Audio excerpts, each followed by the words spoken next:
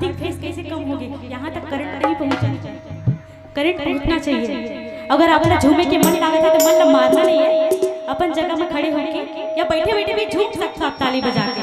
तो क्या बोल रहे हैं, ये तोला बांधो भोले बाबा और भोला तोला बांधो भोले बाबा, तोला बांधो भोले बाबा और भोला तोला बांधो भोले बाबा। भोरे का बैठे मोर बाबा, भोरे का बैठे मोर बाबा, मैं बोले ना करंट नहीं आते अभी दर्द दे थकिन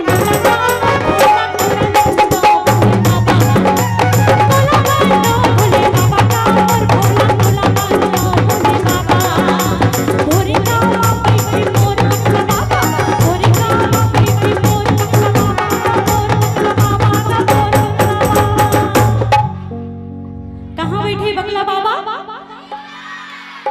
नहीं सुना थे महासमंद में। ओतिक मन बताई कहाँ बैठे हैं? फिर महासमंद की एतिक मन बताई कहाँ बैठे? अभी सुनाई थी।